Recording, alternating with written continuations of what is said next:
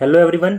आज quantity survey की third video में हम प्लास्टर की क्वांटिटी निकालना और इसका कॉस्ट निकालना सीखेंगे। साथ में हम यह भी जानेंगे कि प्लास्टर से पहले किन किन बातों का ध्यान रखना चाहिए जिससे स्ट्रक्चर को मजबूती मिल पाए। वीडियो के एंड में हम एक्सेल सीट से कैलकुलेशन को करना सीखेंगे। अब हम बात करते हैं टाइप ऑफ प्लास्टर के बारे में। तो इसमें जनरली 3 टाइप के प्लास्टर देखे जाते हैं। सबसे पहले नंबर पर आता है 6 mm का प्लास्टर।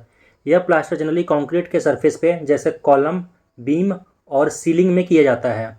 इसमें सरफेस के अनइवननेस को देखते हुए और वेस्टेज को देखते हुए 20% एक्स्ट्रा कंसिडरेशन किया जाता है। इसमें रिच मोटार 1:3 या फिर 1:4 का यूज करते हैं। सेकंड नंबर पर आता है 12 mm का प्लास्टर। यह स्मूथ सरफेस पे किया जाता है।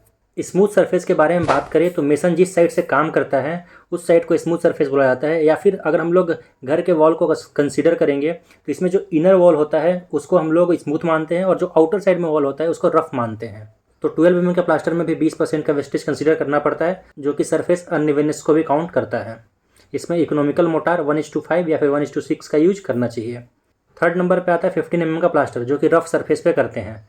रफ सरफेस जो होता है मेसन जिस साइड से काम करता है उसका अपोजिट साइड को रफ सरफेस मानते हैं। या फिर अगर एक घर में हम लोग इनर वॉल को स्मूथ सरफेस मानेंगे तो उसके just opposite wall outer side वाले को रफ सरफेस मानते हैं।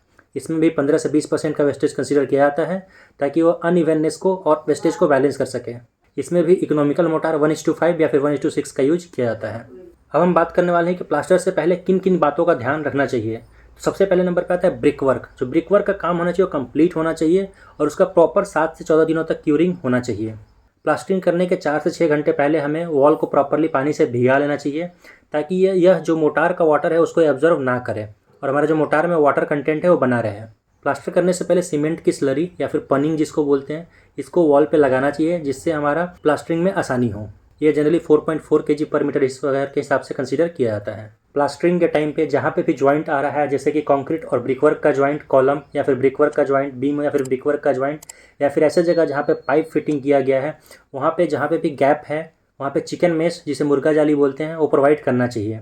इससे प्लास्टर की मजबूती बनी रहती है। अब प्लास्टरिंग करने के टाइम हमें ध्यान रखना है कि प्लास्टर का जो थिकनेस है वो यूनिफॉर्म होना चाहिए। अगर आप 12 mm का थिकनेस कर रहे हैं तो यूनिफॉर्म होना चाहिए।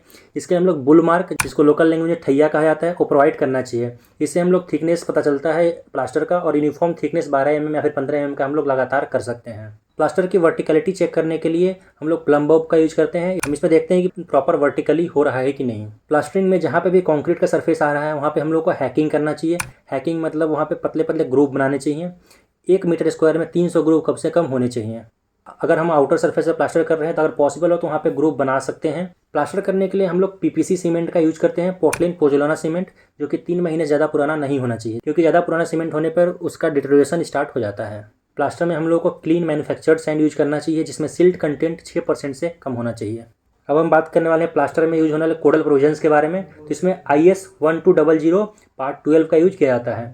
तो कोडल प्रोविजंस में जो डिडक्शन क्राइटेरिया है उसके बारे में हम बात करें तो अगर हमारा opening area less than 0.5 metre square है तो कोई भी डिडक्शन नहीं करना है एक साइड ऑफ द वॉल में। अगर हमारा आउटर साइड वॉल है तो उसमें करेंगे डिडक्शन, इनर साइड वॉल है तो नहीं करेंगे। अगर हमारा ओपनिंग एरिया 0.5 मीटर स्क्वायर से 3 मीटर स्क्वायर के बीच में लाई करता है तो हम लोग को एक साइड से 50% का एरिया डिडक्ट करना पड़ेगा। वहीं अगर हमारा ओपनिंग एरिया 3 मीटर स्क्वायर से ज़्यादा बड़ा है तो हम लोग को कंप्लीट 100% डिडक्शन करना पड़ेगा, लेकिन साथ ही साथ जैम्ब, सॉफिट और सील को ऐड करना पड़ेगा। जैम्ब जो होता है वो vertical portion of window and door, soffit जो होता है top portion of window and door and seal जो होता है bottom portion of window and door को कंसिडर किया जाता है। इसमें एक साइड में क्राइटेरिया को कंसीडर करना है और अदर साइड में कंप्लीट डिडक्शन करना है। तो अगर हम लोग इनर साइड में क्राइटेरिया कंसीडर करते हैं तो आउटर साइड में कंप्लीट डिडक्शन करना पड़ता है। अब हम प्लास्टर के कैलकुलेशन को स्टार्ट करने वाले हैं। तो सबसे पहले हमने यहाँ पे 5 मीटर बाय 5 मीटर का एक रूम अज्यूम किया है। इसमें हमने एक डोर, एक विंडो और एक वेंटिलेशन कंसीडर किया है। इस रूम की जो हाइट है वो 3 मीटर का है। इसमें हमारा जो इनर वॉल है इसको हमने स्मूथ सरफेस माना है और यहाँ पे 12 mm का प्लास्टर करेंगे। वहीं जो आउटर वॉल है इसको हमने रफ वॉल माना है और इसमें 15 mm का प्लास्टर किया जाएगा। तो सबसे पहले हमने एरिया ऑफ इनर प्लास्टर निकाला है जिसके लिए हमने perimeter of wall into height को कंसीडर किया है। पेरीमीटर मतलब आपने चारों साइड ऑफ वॉल के लेंथ एंड विड्थ को ऐड करना है। अगर हमारा अलग अलग साइज का वॉल है तो L+B+L+B चारों साइड को ऐड करना पड़ेगा और उसको हाइट से मल्टीप्लाई करना है। अब मेरे केस में जो वॉल है चारों वॉल सिमिलर लेंथ के हैं तो मैंने यहाँ पे 4 नंबर ऑफ वॉल्स मल्टीप्लाई किया है। साथ में लेंथ एंड विड्थ 5 मीटर का है तो मैंने 5 मीटर को मल्टीप्लाई किया है, multiplied by height of the wall जिसको मैंने 3 मीटर माना है। तो यहाँ से मेरा टोटल एरिया 60 मीटर स्क्वायर का निकल के आया। बट इसमें डिडक्शंस भी करने पड़ेंगे। तो पहले हमने एरिया ऑफ वेंटिलेशन निकाला है तो 0.3 इंटू 0.3 का हमारा वेंटिलेशन का साइज है, तो यहाँ से 0.09 मीटर स्क्वायर का एरिया निकल के आया। ये एरिया 0.5 मीटर स्क्वायर से कम है, तो इनर सरफेस में हम इसको डिडक्ट नहीं करेंगे। वहीं अगर एरिया ऑफ डोर के बारे में बात करें तो 1.2 इंटू 2.1 का डोर माना है हमने, तो ये एरिया निकल के आता है 2.52 का। इसमें हमारा जो एरिया है 0.5 मीटर स्क्वायर से 3 मीटर स्क्वायर के बीच में लाई करता है, तो 50% का डिडक्शन करना पड़ेगा इनर सरफेस में, और आउटर में कंप्लीट डिडक्शन होगा। एरिया ऑफ विंडो के बारे में बात करें तो 1.2 इंटू 1.2 का हमारा विंडो का साइज था, जिसका एरिया 1.44 मीटर स्क्वायर है, जो कि 0.5 से 3 मीटर स्क्वायर के बीच में लाई करता है। इसलिए इनर सरफेस में हम 50% डिडक्ट करेंगे और आउटर सरफेस में कंप्लीट डिडक्शन करेंगे। तो यहाँ पे हमारा net area of inner plaster निकल जाएगा 60 माइनस जो 2.52 डोर का एरिया और विंडो का एरिया का 50% मल्टीप्लाई किया हमने, तो यहाँ से 58.02 निकल के आ गया। वहीं अगर आउटर वॉल में हम लोग बात करते हैं तो आउटर प्लास्टर में हम लोग को कंप्लीट एरिया मैनेज करना पड़ेगा, तो 60 माइनस 2.52 डोर का एरिया, 1.44 विंडो का एरिया और 0.09 वेंटिलेशन का एरिया कंप्लीट मैनेज करने के बाद 55.95 का हम लोग का एरिया निकल के आया। बट हमें क्वांटिटी कैलकुलेशन के लिए वॉल्यूम चाहिए, तो हमने वॉल्यूम निकालने के लिए इसको थिकनेस से मल्टीप्लाई किया। Thickness of inner side plaster हमने 12 mm का माना है और thickness of outer side plaster हमने 15 mm का माना है। तो हमने वॉल्यूम ऑफ इनर प्लास्टर निकाला 58.02 मल्टीप्लाइड बाई 0.012, इसको हमने मीटर में कन्वर्ट किया 12 mm को, तो यहाँ से 0.70 मीटर क्यूब एरिया निकल के आ रहा है। सिमिलर वे में आउटर प्लास्टर के लिए 55.95 मल्टीप्लाइड बाई 15 mm था, उसको 0.015 मीटर में कन्वर्ट किया, 0.84 मीटर क्यूब निकल के आया। यहाँ से हम लोग टोटल वेट वॉल्यूम निकाल सकते हैं, दोनों को ऐड करके 0.70 प्लस 0.84, यहाँ से 1.54 का वेट वॉल्यूम निकल के आया है। बट हम जब भी मोटार बनाते हैं हमें पता है कि हमें वो ड्राई वॉल्यूम को कंसीडर करना पड़ता है मिक्स करने के लिए, तो हम लोग यहाँ पे ड्राई वॉल्यूम के लिए 1.33 का ड्राई कोफिशिएंट यूज करेंगे। और सरफेस पे काफ़ी अनइवननेस होता है और वेस्टेज भी होता है, इस कारण से हमें 20% एक्स्ट्रा कंसीडर करेंगे, 1.20 का फैक्टर यूज करेंगे सरफेस अनइवननेस के लिए और वेस्टेज के लिए। तो यहाँ पे हम लोग 1:6 रेशियो का मोटार यूज कर रहे हैं। जो हमारा ड्राई वॉल्यूम निकल के आएगा 1.33 coefficient dry coefficient into 1.2 unevenness coefficient multiplied by wait volume 1.54, तो 2.45 मीटर क्यूब का कंप्लीट वॉल्यूम हमारा ड्राई वॉल्यूम निकल के आया है, जिसको हम लोग आगे यूज करने वाले हैं। तो सबसे पहले हम लोग सीमेंट की क्वांटिटी कैलकुलेट करने वाले हैं। तो यहाँ पे हमने 1:6 रेशियो का मोटार यूज किया है। तो number of bags of cement निकालने का जो शॉर्टकट फॉर्मूला है कि ड्राई वॉल्यूम ऑफ मोटार हमको लेना है, साथ में डेंसिटी ऑफ सीमेंट जो कि 1440 kg per metre cube into part of cement, 1 part of cement use किया हमने इस क्वेश्चन में, और divide by sum of ratio जो कि 1+6 है, और weight of 1 bag of cement जो कि 50 kg होता है। तो यहाँ से 10.08 बैग्स निकल के आया और इसको हमने राउंड फिगर करते हुए एक्स्ट्रा करते हुए 11 बैग कंसीडर किया है।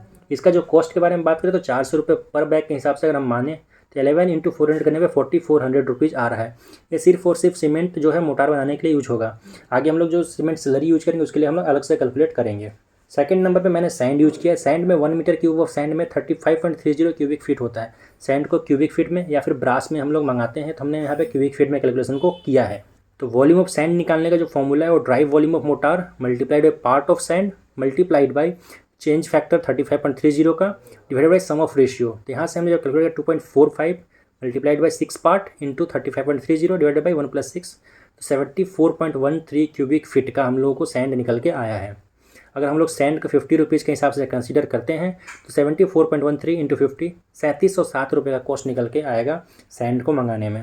प्लास्टर करने से पहले हम लोग सीमेंट की स्लरी को वॉल पे लगाते हैं। तो 4.4 kg पर मीटर स्क्वायर का एक थंब रूल है, इसके हिसाब से हम लोग सीमेंट स्लरी में लगने वाले सीमेंट की क्वांटिटी कैलकुलेट कर सकते हैं। तो टोटल एरिया जो था हमारा 58.02 प्लस 55.95 था, इसमें हमने 4.4 का मल्टीप्लिकेशन किया, तो यहाँ से 501 kg निकल के आया।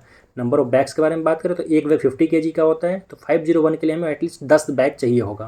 तो इसका जो कॉस्ट निकल के आएगा 10 इंटू 400 इज 4000 रुपीज़। तो यहाँ से हमें सीमेंट का कॉस्ट निकल के आ गया जो स्लरी में यूज होने वाला है। तो अगर हम लोग टोटल कॉस्ट के बारे में बात करें तो 4400 रुपये यूज होने वाला है सीमेंट में, जो कि मोटार बनाने में यूज होगा। 3707 रुपये यूज होने वाला है हमारे सैंड के लिए, और 4000 रुपये का सीमेंट यूज होने वाला है हमारे स्लरी के लिए। टोटल 12107 रुपये का खर्च आने वाला है। अब हम लोग बात करने वाले हैं कि इसी कैलकुलेशन को हम लोग एक्सेल शीट में कैसे करने वाले हैं। तो हमने यहाँ पे एक एक्सेल शीट ओपन किया है। इसमें जो हेडिंग है वो बिल्डिंग एस्टिमेशन का है। इसके आता है आइटम डिस्क्रिप्शन। यहाँ पे हमने प्लास्टर माना है और 2 टाइप के surface, smooth surface and rough surface को कंसीडर किया है। यहाँ पे मैंने नंबर में 4 and 4 कंसीडर किया है। इसका मतलब ये है कि मैंने सेम लेंथ का वॉल को माना है, बट अगर वॉल की लेंथ अलग हो तो हम लोग यहाँ पे नंबर को 1 करके लेंथ की जगह पे पेरीमीटर कर सकते हैं। तो यहाँ पे मेरे केस में स्मूथ सरफेस में 4 नंबर ऑफ वॉल्स हैं, 5 मीटर का लेंथ है और 3 मीटर की हाइट है। टोटल क्वांटिटी निकल के आती है 60 स्क्वायर मीटर। ठीक है। अगर हम रफ सरफेस के बारे में बात करते हैं तो 4 नंबर ऑफ रफ सरफेस है, 5 मीटर का लेंथ है और हाइट 3 मीटर का है, तो क्वांटिटी 60 स्क्वायर मीटर की निकल के आती है। डिडक्शन के बारे में बात करें तो यहाँ पे वेंटिलेशन पहले नंबर पे है, इसमें एक वेंटिलेशन है, 0.3 मीटर की इसकी लेंथ और 0.3 मीटर का इसका हाइट है, तो 0.09 स्क्वायर मीटर का एरिया निकल के आता है। वहीं अगर विंडो के बारे में बात करें तो एक नंबर ऑफ लेंथ विंडो का है, लेंथ 1.2 का है, हाइट 1.2 का है, तो टोटल एरिया 1.44 स्क्वायर मीटर का निकल के आता है। वहीं डोर के बारे में अगर बात करें तो एक नंबर ऑफ डोर है, 1.2 मीटर का लेंथ है, 2.1 मीटर की इसकी हाइट है, तो 2.52 स्क्वायर मीटर का एरिया निकल के आता है। यहाँ पे स्मूथ सरफेस का हमने टोटल किया है, जहाँ पे रिडक्शन का क्राइटेरिया हमने फॉलो किया है और वेंटिलेशन को डिडक्ट नहीं किया है क्योंकि 0.5 मीटर स्क्वायर से कम है, और बाकी दो विंडो एंड डोर में 50% डिडक्शन किया है। वही रफ सरफेस हमने कंप्लीट डिडक्शन किया है, तो ओवरऑल जो 55.95 निकल के आया है। टोटल एरिया का कैलकुलेशन करने के बाद हमने यहाँ पे वॉल्यूम निकाला है, तो वॉल्यूम के लिए हमने स्मूथ सरफेस लिया है, इसका एरिया और इसको 12 mm का थिकनेस से मल्टीप्लाई किया है, तो 0.70 इसका वॉल्यूम निकल के आया क्यूबिक मीटर में। सिमिलर वे में रफ सरफेस का हमने एरिया और थिकनेस को मल्टीप्लाई करके वॉल्यूम निकाला है, फिर टोटल वॉल्यूम हमें यहाँ से मिल गया है। जैसे ही हमें टोटल वॉल्यूम पता चल गया, इसके बाद हमने प्लास्टर की क्वांटिटी निकालना स्टार्ट किया। यहाँ पे हमने प्रोपोर्शन ऑफ मोटार 1:6 पुट किया, जिसमें 1 सीमेंट 6 सैंड है। फिर density of cement 1440 kg per metre cube, जो weight of 1 bag of cement है 50 kg, weight volume of mortar जो है 1.5 क्यूबिक मीटर, और ड्राई कोफिशिएंट 1.33 का, और अनइवननेस या फिर वेस्टेज के 1.20 का कोफिशिएंट यूज किया, तो यहाँ से ड्राई वॉल्यूम 2.45 मिल गया आ गया। और सीमेंट का हमने यहाँ पर डायरेक्टली फॉर्मूला पुट किया, जिसके थ्रू सीमेंट की क्वांटिटी मीटर क्यूब में निकली है, और फिर हमने इसको नंबर ऑफ बैग्स में निकाला जो कि 11 बैग्स निकल के आया है। सिमिलर वे में सैंड की क्वांटिटी हमने निकाली है जो कि क्यूबिक मीटर और क्यूबिक फीट दोनों में निकल के आ चुका है। हम कॉस्ट ऑफ मटेरियल निकालने वाले हैं, तो जनरली हमें यहाँ दो मटेरियल यूज हुआ है, सीमेंट एंड सैंड। सीमेंट में पहले हमने सीमेंट मेंशन किया है जो मोटार में यूज होने वाला है, आप साथ में भी कर सकते हैं, मैंने अलग अलग किया है। यहाँ पे 11 नंबर ऑफ क्वांटिटी है, इसका यूनिट नंबर में है, 400 रुपये का रेट है, तो 4400 का टोटल कॉस्ट निकल के आ रहा है। वहीं सैंड के बारे में बात करते हैं, 74.15 क्यूबिक फीट का हमारा सैंड है, जो कि जिसका रेट है 50 रुपीज़ पर क्यूबिक फीट, तो यहाँ से 3707 निकल के आ चुका है। वही सीमेंट जो कि स्लरी में यूज होने वाला है, उसके लिए 10 बैग्स हम लोग को चाहिए थे, इसका मेजरमेंट नंबर में होता है, 400 रुपीज़ पर बैग के हिसाब से है, तो इसका रेट 4011 निकल के आ रहा है, जैसे 12,119 रुपये का रेट निकल के आ रहा है। डायरेक्टली हम एक्सेल सीट से भी कैलकुलेशन को कर सकते हैं। इससे पहले हम 2 पार्ट ऑलरेडी बना चुके हैं, जिसमें टाइल्स की क्वांटिटी कैलकुलेट करना और ब्रिकवर्क कैलकुलेट करना हमने बताया है, तो आपने अगर वो वीडियो नहीं देखा तो वो भी वीडियो जाकर प्लीज़ देखें। तो आज तक के लिए इस वीडियो में इतना ही। Please like, comment, share and subscribe to the channel. Thank you.